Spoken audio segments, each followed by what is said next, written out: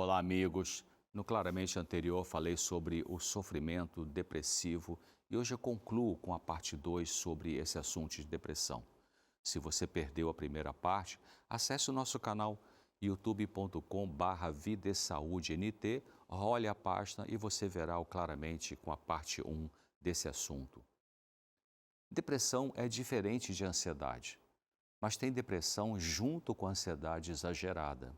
Na depressão existe perda do interesse e prazer nas coisas, uma tristeza constante, falta de energia, problemas com sono e apetite, culpa, dificuldade de concentração, ideias suicidas muitas vezes, entre outros sintomas, ocorrendo isso pelo menos por 2 semanas.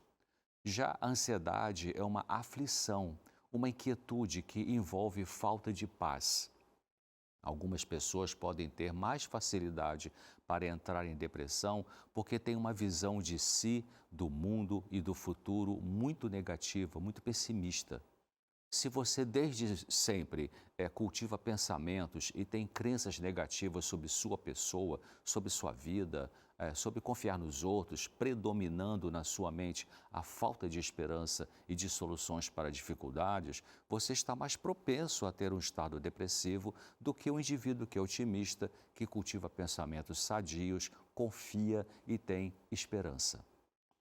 Indivíduos dependentes afetivamente se acham inadequados quase que em tudo e por isso sentem que precisam ter alguém a quem se agarrar para viver. Essas pessoas têm maior risco de desenvolver depressão. E quando a pessoa a quem se vincularam de maneira exagerada falha, vai embora, trai ou morre, isso pode ser suficiente para surgir a depressão. Com isso, aprendemos que, desde pequena, a criança precisa ser ensinada a ter alguma independência em vez de ser criada agarrada demais ao pai ou à mãe ou outro cuidador. Precisamos soltar nossos filhos para a vida, senão eles podem não crer que podem enfrentar a realidade por si mesmos. Assim, sempre que possível, incentive seus filhos a fazerem coisas que alimentam neles o pensamento de que são inteligentes, capazes e autônomos. Claro, educamos bem as crianças, ajudando-as a não entrar em depressão mais tarde na vida, quando combinamos tarefas para elas, as quais elas podem resolver sozinhas com outras tarefas que exigem ajuda de outros para serem concluídas. E quando se tratar de atividades em que é normal pedir ajuda aos outros, passamos para elas a ideia de que está tudo certo pelo fato delas terem pedido ajuda e elogiamos as que elas fizeram sozinhas. Um bom número de pessoas desenvolve depressão porque, não tendo obtido o amor e a aceitação por parte de pessoas importantes na vida delas, passam a se sentir como sendo cheias de falhas e indignas de receber amor. Isso pode se tornar um padrão de pensar que mantém o estado depressivo. Algumas se tornam muito fissuradas em receber atenção, e isso pode ser uma armadilha que favorece o estado depressivo, porque nem todos podem dar atenção o tempo todo, e não recebendo isso, elas se depreciam e ficam deprimidas, em vez de olhar a realidade e pensar que as pessoas ao redor não são responsáveis pelo que faltou a elas na infância, e mesmo as pessoas do presente em sua vida não podem oferecer tudo o tempo todo, o que elas desejam em termos de afetividade.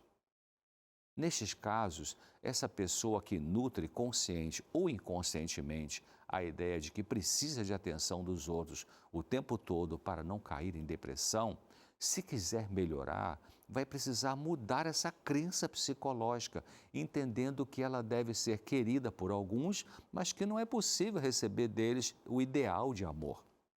Ou seja, precisa diminuir as expectativas de receber atenção, afeto e carinho dos outros.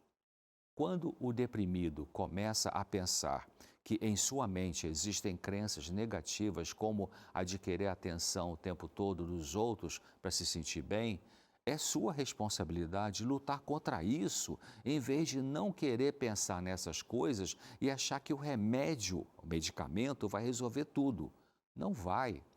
O deprimido pode aprender a ter novos e melhores pensamentos sem necessitar ficar com os antigos modos de pensar que o empurram para a depressão.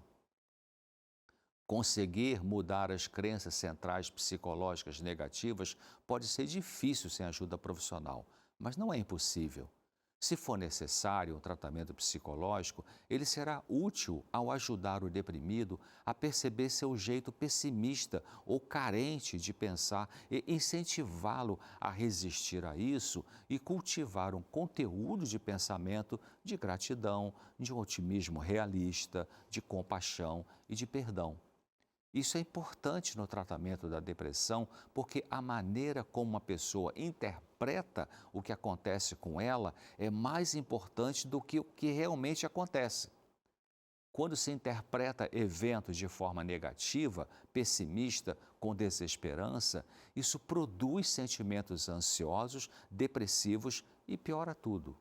Claro, quando existe uma perda dolorosa real, é normal surgirem pensamentos negativos de tristeza, raiva e dor. Mas isso é diferente de manter na mente pensamentos distorcidos por avaliar a realidade de uma forma doentia. Se você é um familiar do deprimido e precisa lidar com a depressão desse indivíduo, é importante entender que mesmo que ele diga coisas que parecem que ela está forte para vencer o estado depressivo, falar é diferente de ter força para fazer. Alguns deprimidos fazem força para agradar os outros, dizendo coisas que dão a ideia de que eles saberão como sair da depressão, mas essa não é a verdade sempre.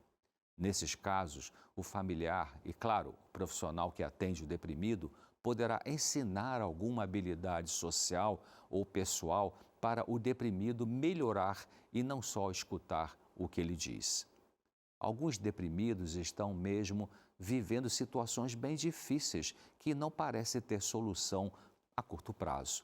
Nesses casos, não há uma distorção da realidade, mas uma dificuldade real que pode produzir a falta de esperança.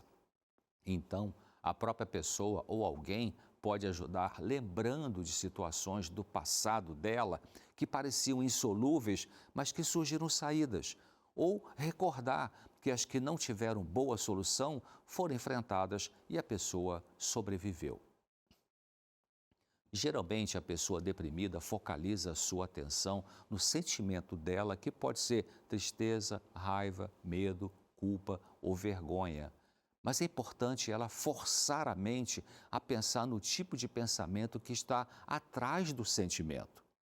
Entender o pensamento é fundamental para a solução do que se sente, porque tudo começa no pensamento. O que pensamos produz o que sentimos, e os sentimentos produzem o que fazemos. Se o pensamento for distorcido, então precisa ser corrigido, porque ele influencia o sentimento que a pessoa vai experimentar. Tomar remédio para melhorar o sentimento doloroso sem mudar o pensamento negativo, pessimista, trágico, não resolve o problema básico. As distorções dos pensamentos são baseadas em formas de raciocinar exageradas ou fora da realidade. Nem sempre a pessoa consegue encontrar o pensamento que está por detrás do que ela sente, é verdade. Nesses casos, ela precisa analisar melhor o que se passa em sua mente para encontrar o pensamento que produziu aquela emoção, porque ele está ali na mente dela. Pena que uma boa parte não quer pensar. Você pode raciocinar assim, mas que pensamento pode estar atrás desse sentimento? Ou você pode pensar, aconteceu alguma coisa comigo hoje que me fez pensar algo ruim e com isso eu fiquei me sentindo mal? Será que eu tenho cultivado uma forma de pensar sempre negativa que me deixa deprimido? Um problema que pode prejudicar a pessoa e fazer com que ela não melhore da depressão é que ela pode ter se acostumado tanto a pensar de uma forma ruim, negativa e pessimista, que por um lado ela diz que quer ficar boa, mas por outro ela sente ser difícil mudar a sua forma de pensar. Por incrível que pareça, podemos nos acostumar com o sofrimento e ter dificuldade de agir para sair dele. Isso acontece mesmo com a pessoa em tratamento psiquiátrico e psicológico, que é quando ela sabota a melhora que poderia ter. Várias vezes eu dei tarefas para a pessoa fazer em casa e colocava por escrito o que era para fazer até a próxima consulta.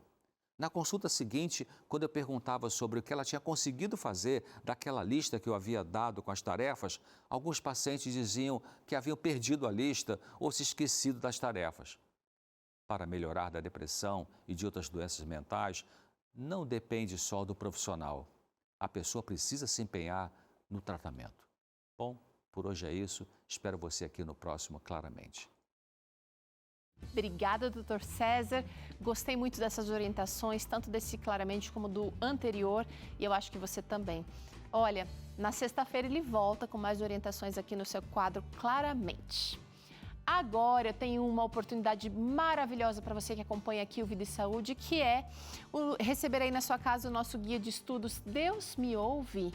Esse guia de estudos, o mais novo aqui que a Novo Tempo produziu, ele vai trazer respostas e reflexões interessantes sobre a oração.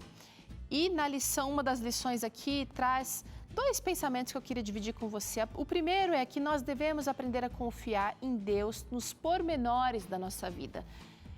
E o segundo é que às vezes as respostas das nossas orações vêm assim que a gente termina de orar. Deus responde não como nós queremos, mas como nós precisamos. A gente precisa desenvolver essa confiança de que se está com Ele, está no melhor lugar do mundo.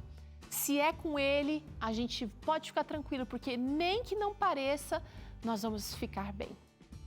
Liga para cá, pede o seu guia de estudos e você vai verificar na Palavra de Deus respostas profundas para as suas dúvidas mais difíceis. Nosso telefone é 0 operadora 12 21 27 31 21 pelo site novotempo.com/escola bíblica. Você também consegue pedir o seu e vai ser uma bênção para você, porque vai chegar aí pelos correios gratuitamente. Combinado? Bom, agora eu pauso para o intervalo, mas já vai se preparando aí, vai ficando com água na boca, porque tem farofa de banana depois do intervalo. Olha que receita linda você aprende aqui. Eu volto já com essa delícia para você.